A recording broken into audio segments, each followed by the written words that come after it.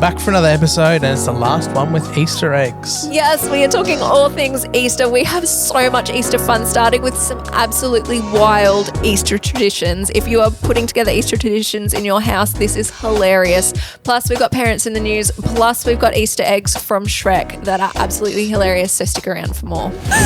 You're lucky they're not pea pants. I don't think they are. It does get a lot of flack for being really sexist, and as the years go on, the less Sexist? Underage? the black market is going more crazy for... Shrek can actually shoot lasers from his eyes. Well, to start today, it's Easter week. Mm-hmm. So full celebration mode. I actually, admittedly, while recording this, have not bought our Easter eggs, but hopefully by the time this comes out, I will have organised something. So many in the shopping, it doesn't matter. You're not going to run out. But I haven't added this to Parents in the News because it's not really news, but like Roy Morgan Research, so Australian research company. I was going to say, who's Roy Morgan? But yeah, cool. They've come out and said that the average family spends $175 per child or per person on Easter food and chocolate. So I'm like, we're not part of the average. We're not part of the average. So therefore, who's balancing out our below average and spending $500 on chocolate? I did see a news story of someone spending $2,000 and was like, holy moly, like you can go too far. No. But if we go with the average, and like the average does say like food, so I guess if you do a special roast dinner, anything over and above what you would normally buy in groceries. Thinking chocolate eggs. That's a lot of chocolate. But even that per person is a lot. But for us, I just did the maths, and 3 kids for the next 24 years, so until our youngest is 18. Based on the average. Is how much on chocolate? We would have spent $12,000 on chocolate. It's a lot of chocolate. So that's my fun maths for today. Welcome to the Easter madness. Yeehaw. We do not do chocolate like that. We do a little bit. We haven't even done much like hot cross buns this year or anything. Like I love hot cross buns, but I'm just not vibing it this year. Yeah, I don't know. Or chocolate. Like if there's no chocolate in the house, I don't eat it. If there's chocolate in the house, I eat it. But... Well, I think we've gotten used to having chocolate in the house regularly because I never used to eat it until we had Kit. And in my pregnancy with Kit, I just discovered a love for chocolate. And it's stuck around. It hasn't gone away. So there's always chocolate in the house now, whereas previous... I don't normally eat that chocolate though. You normally just eat that chocolate because it's normally crap chocolate. Whatever. We have very different chocolate tastes. I love white chocolate and I love dark chocolate and orange and more refined flavours. Mr. Kitty chocolate over there. Is it yay or nay time? Yeah, I think it is. All right. Well, my yay, I'm not sure if I'm stealing it from you, but no. We had a really awesome day on the weekend on Saturday. We took the kids to Australia Zoo. We went Robert Irwin hunting. Yes. And I was a little disappointed. He was out feeding the crocs in clothes. You were disappointed. Well, I would have been a sight For all to see. you know, he was still wearing bonds, but yes, we did see Robert Irwin. I don't know. I didn't see him. We did see him doing the show. We heard that's how, because we live close enough to have annual passes. So we were like, croc show. So we were like, oh, we won't bother today. And then we could hear, we were over at the Kangaroos and we could hear the cheering and we're like, oh, it the has Irwins to be are the here. Irwins. No one cheers like that normally when it's a fill-in. So, but it was a fun day. And I think the reason it was fun was because it was raining. Like bucketing, like torrential rain, like flooding. And I feel like it was one of those things that we were prepared for. We knew it was raining when we went. So we had our not gum boots. We could have used gum boots because our shoes are still drying 4 days later. We had old shoes, we had rain jackets, but it was just one of those fun, you know how you just let loose sometimes and go, okay, go run in the rain and okay, we're just going to get dirty cares? And who cares? Let's just walk through the mud and go feed the animals and who gives an absolute crap. Which is not often me. So if you're a parent listening to this thinking I'm crazy, I totally get it. But this is your reminder that sometimes it's fun to just let loose. Let kids be kids. And be a kid yourself. We got wet and we were like, cool, whatever. We're just going to roll with it. Who do you think found the mud first? Wasn't their kids?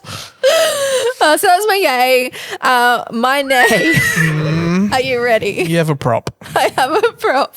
I have brought with me. So was it last Friday we drove to work together? And in the boot of your car, you'd picked up the day before Hartley from kindy, and you had a little plastic bag Oh, yes. with his pants from kindy, and you were like, oh, crap, I've forgotten it there. And so I said, well, if you leave it in the back of your car, you're going to forget it, and it's going to be there a week later. So she put it in her bag. So I put it in my bag. It's still in your bag? I opened my bag today, almost a week later, and here it is.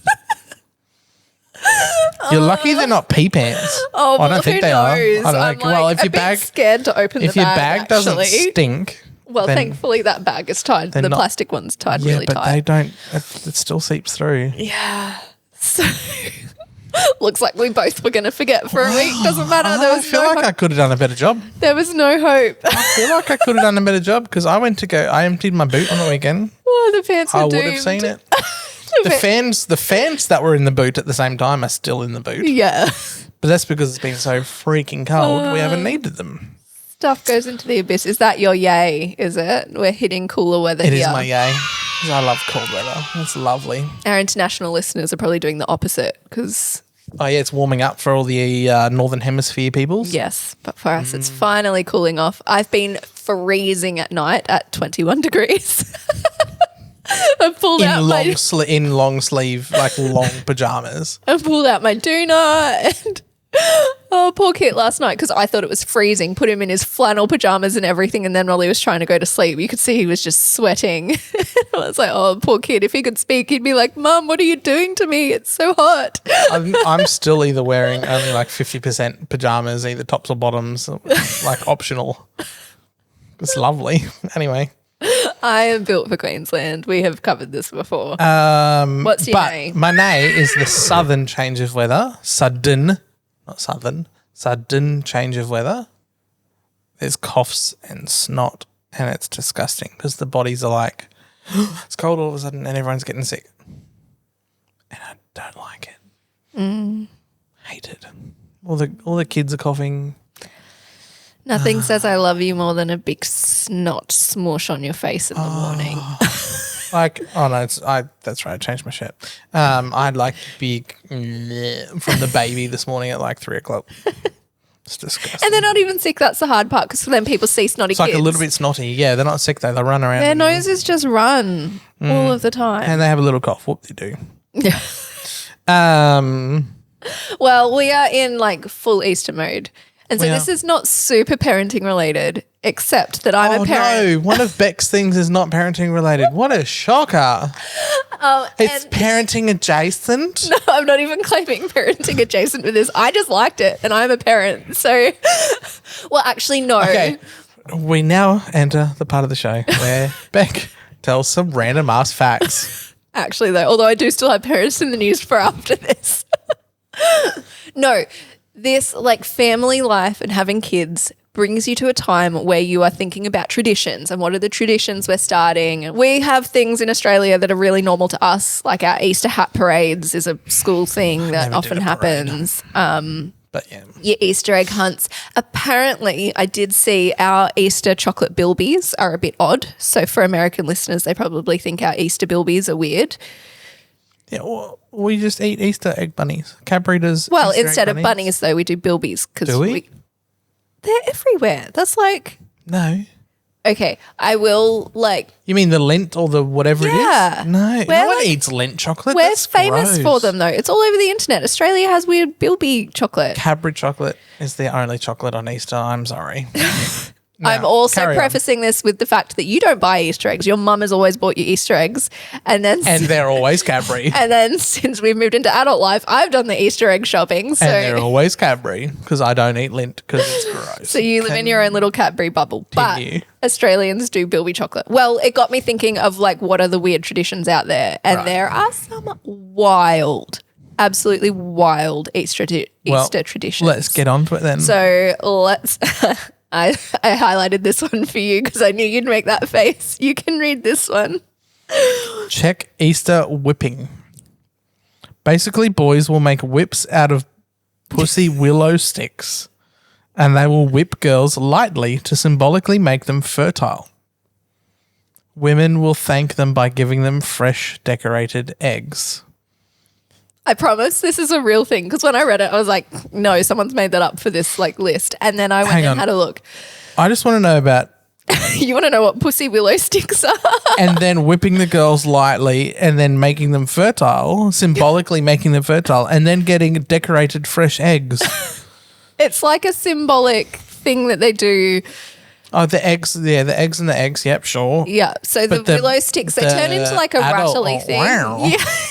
It's a bit like that. But it's boys and girls. Yeah, it's like a weird tradition-y thing. It does get a lot of flack for being really sexist, and as the years go on, the less Sexist? Underage? Maybe? I don't know what age. The photos I saw, they were like teenage Sounds like age. underage. Anyway. Get your mind out of the gutter. No. It's like, it's a legit thing. The Czech apparently love it. Anyway, a little less unconventional, a little bit, I was going to say more normal, but still, who is normal anyway? That's less, this is, okay, yep, right. Mm-hmm. There is a town in Germany who has the tradition of an egg throwing competition. Whoever wants to participates, and they get a hard-boiled egg, and the goal is to see who in the town can throw it the furthest. So you're just throwing a hard-boiled egg? That's like town tradition. Come throw your egg, you get one shot. Okay. I was going to make a war joke there, but I won't.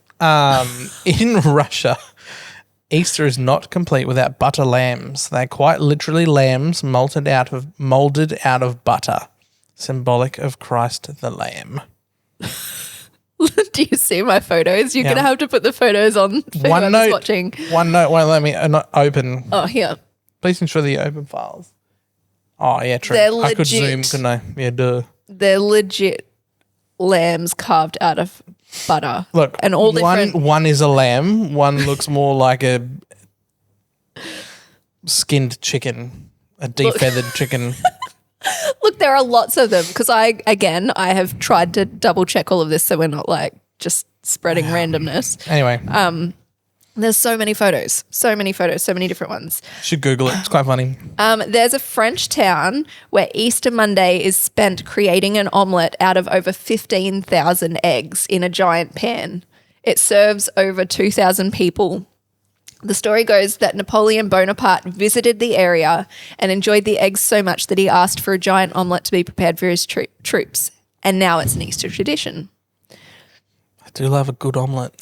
Yeah, can you imagine how expensive that's going to be this year, Whoa. though? The price of eggs gone up over there because over here I couldn't afford to do it with 100 eggs. You're not going to find 100 eggs. Who's got 15,000 eggs? Yeah, that tradition. Stay tuned. I might do some Googling, see if they're actually doing it this year. I just want to know. Do they just throw whole pigs in for the size of the ham for scale? It's an like I feel like it's just eggs. Ew. You put like cheese and like doesn't have to be ham. You're not a fussy eater at all, are you, babe? No. Put salt, pepper, cheese, tomato, onion, mushrooms.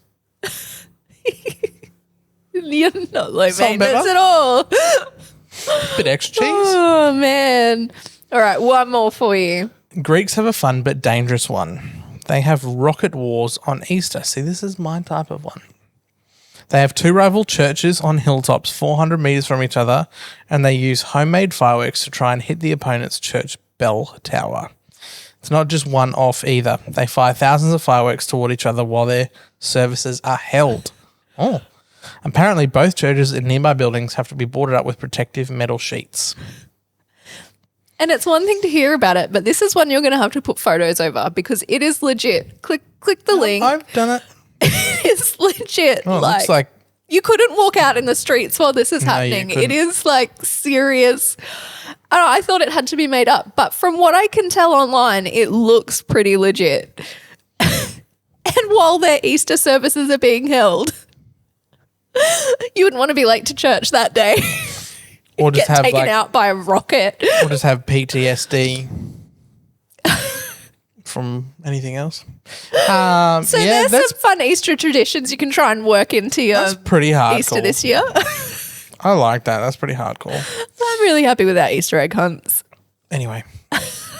Into fun. Parents in the News. Yes, so Parents in the News remains Easter themed though. We're going to continue on all this Easter fun. Is it an actual parent?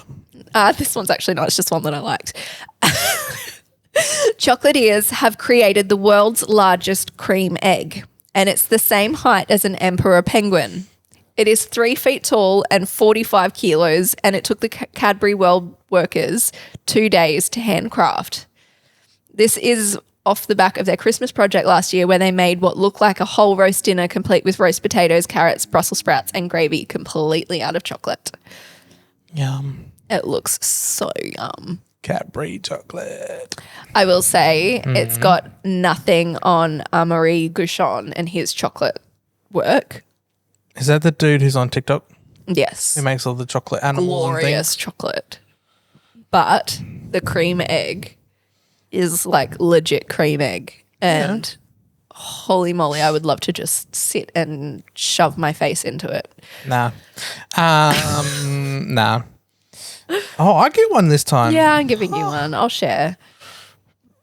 Oh, I see parent in it. We might be here yet. In 2022 Easter headlines, we found parent dressed as Easter Bunny passes out condoms at Texas elementary school. The story came off the back of a letter sent out by the school that they had not sanctioned the event and had spoken to the parent about the inappropriate nature of their actions and were talking to police. Happy Easter. Look, we never ever judge anyone who sends their stories into the podcast, but if you get picked up through a news headline, I feel like we can judge away a little bit. And He's just trying to do his part. what? Could be a rowdy school, and he's just going, you guys... Elementary school, I don't know what that means. primary school. Oh, I thought that was like junior high, like early No, teens. elementary school is primary school. Then you've got junior high. You're looking it up to make sure. Elementary school is like the young'uns. Oh. The ones that is highly 4 inappropriate to for. 10. Yeah, okay, no, that's judgment. No. Here I was thinking he was doing his part to prevent dumb teenagers from procreating, but that kind of goes in line with the cracker whip thing. It's just underage and that's wrong.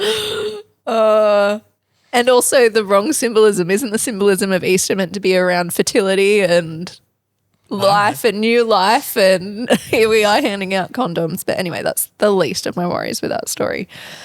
Okay. All right. Well, we've already spoken a lot about the increasing cost of living and eggs, particularly here. It's fine. Here, we can never Totally find good. eggs with the shortage that we've had. That's what I'm talking about.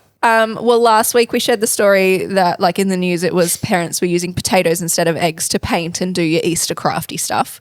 Super resourceful, great. Headlines I saw this week were the US is making more seizures of illegal eggs than fentanyl at its Canadian and Mexican borders. Since October, US Customs have made 3,768 seizures of bird and poultry-related products, aka eggs, compared to like 350 fentanyl seizures. AKA, the black market is going more crazy for eggs than it is drugs. So happy Easter, everybody. That is Parents in the News with all of the fun stuff for you. Well, there's Easter eggs in the shops, so there are Easter eggs on the podcast. This is probably our last week of doing Easter eggs. We've had some really good ones. Obviously, Bluey's still standout favourite, and we could probably do it again with the amount that people have sent us in since doing that. But today we are talking about one of my most loved movies, and that is Shrek. Although I did realise we haven't shown our kids Shrek yet. Yes, we have. No, well, you started and I had to turn it off because Mackenzie was like, it's too scary. No, they've watched it through. We've watched 1, 2, 3. Well, and no wonder they're not sleeping. They're totally fine with Mackenzie, it. the time I tried to show it, she's like, it's too scary, Mummy. I Yeah, don't want to 2 watch years it. ago. Oh, We anyway. watched it over the December, January holidays. Well, speaking into like the Easter eggs, like while we were looking into it, we saw someone who had posted on Reddit that they knew someone in the like animation department who was an animator and that definitely worked on Shrek, but also a number of other ones. And they said that he mentioned all the animators would try and slip stuff in, like into the show, and the game was trying to be subtle enough that the producers didn't pick up on it. Apparently, he tried writing his name in flowers on the ground when Donkey was running from the soldiers, but it got noticed and cut. So I'd love to know how many like Easter eggs we pick up are things that like actually weren't meant to be there, that they snuck in and were like, yes, I got my thing in. Yeah, I would do that. I'm not gonna lie. Well, you have prepared, Sam has prepared, everybody, some fun facts for us. Sam's fun facts instead of Beck's fun facts. Fun facts? Your random ass facts. Yeah, mine were random. Yours are at least about Shrek. Not random. Sam's job was to do some background research for the episode. So did you know Shrek was based on a book? I didn't, but it makes sense because like it opens like a book at the start. Yeah, but it's nothing like the book though. Oh, really? No. Like the book. So the book was written in 1990. It's a kid's book. Yep. Shrek is an orange-haired ogre who firmly rejects any sort of affection despite getting a purple, beaked-nosed princess in the end by telling her how ugly she is. There are also some elements of science fiction in this fantasy as well, since Shrek can actually shoot lasers from his eyes, something that doesn't happen in the movie. Not many people know about the book, and it's nowhere near as fun as the movie. Yeah, I was going to say... Weird. Kind of glad some of that departed. It would be a very different story with like Shrek eye lasers. Be like Shrek mixed with the boys. Oh gosh. Anyway, I did not know that. did you ever clue on to Lord Farquaad's name? We'll separate it into two. Far and quad. No, put the at the start. Farquaad. Anyway, yeah. I don't know if that's intentional because I read, No, obviously I did. It's intentional. Well, no, because I did research for this too. And the like animator or whoever led the movie, I forget on the You're director, so good at it. Yep. went to Notre Dame and there. Notre Dame. Yeah, I Yeah, can't pronounce anything. Wow, words. The people in the movie went to the place with the church. No, to the university. Right. And Listeners, that word. their housing is in quads. And he was from 4 quad. Nah. Well, we will agree to disagree and laugh about that one. But I did the research. Chris Farley, who is a comedian, you wouldn't know him because you wouldn't watch any of his movies, was originally cast and voiced as Shrek. But he died in 1997 when they were still making the movie. How far in? Well, they were in making it. Like he hadn't finished all his lines. He had a couple of scenes left. And instead of trying to make it work, they decided to recast. And that's how Mike Myers got the job. Wow. But they put a few nods in. Oh, really? As I can't Shrek. imagine Shrek not sounding like Shrek. Chris Farley had some, like he was SNL and it was like... SNL Saturday Night Live? Yes. And what's the Beverly Hills Ninja instead of Beverly Hills Cop? Like there's lots of comedy parody things. And he used to do, one of his SNL characters, he used to do that like air quotation marks. Oh, okay. So when Shrek does that, that's a nod to Chris Farley and there's a few others. Oh, So, that's kinda nice. Last one. I mean, not nice that he died, but that's nice. I can't imagine. I'm not going to Shrek comment on that. sounding like Shrek. We don't have a backstory of Donkey.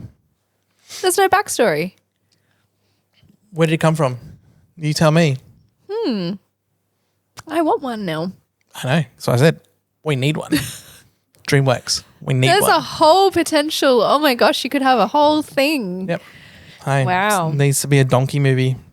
But moving into Easter eggs, the thing I love about this is because DreamWorks was coming out. Disney's obviously huge. DreamWorks is coming in. DreamWorks has a lot of puns and digs at Disney in Shrek. Well, I feel like because it's in Fantasyland far, far away, like there's so many. Like I don't even think we can go through all of the characters and stories that you it's see heaps. brought into it because But it's an absolute piss take on Disney and I love it.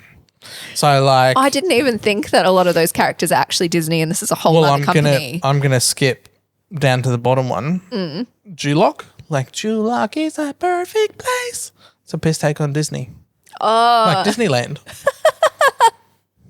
Because it's a theme park. Like you walk in, you're met by like dressed up characters. There's souvenir shops. But no one's there. I didn't even think of that. So literally Farquaad is the boss of Disneyland. It's quite funny. Anyway. Well, one thing I found from Shrek number 2 is on that like theme of taking real life things and turning them into, they've got all the shops down like Hollywood Boulevard. They do.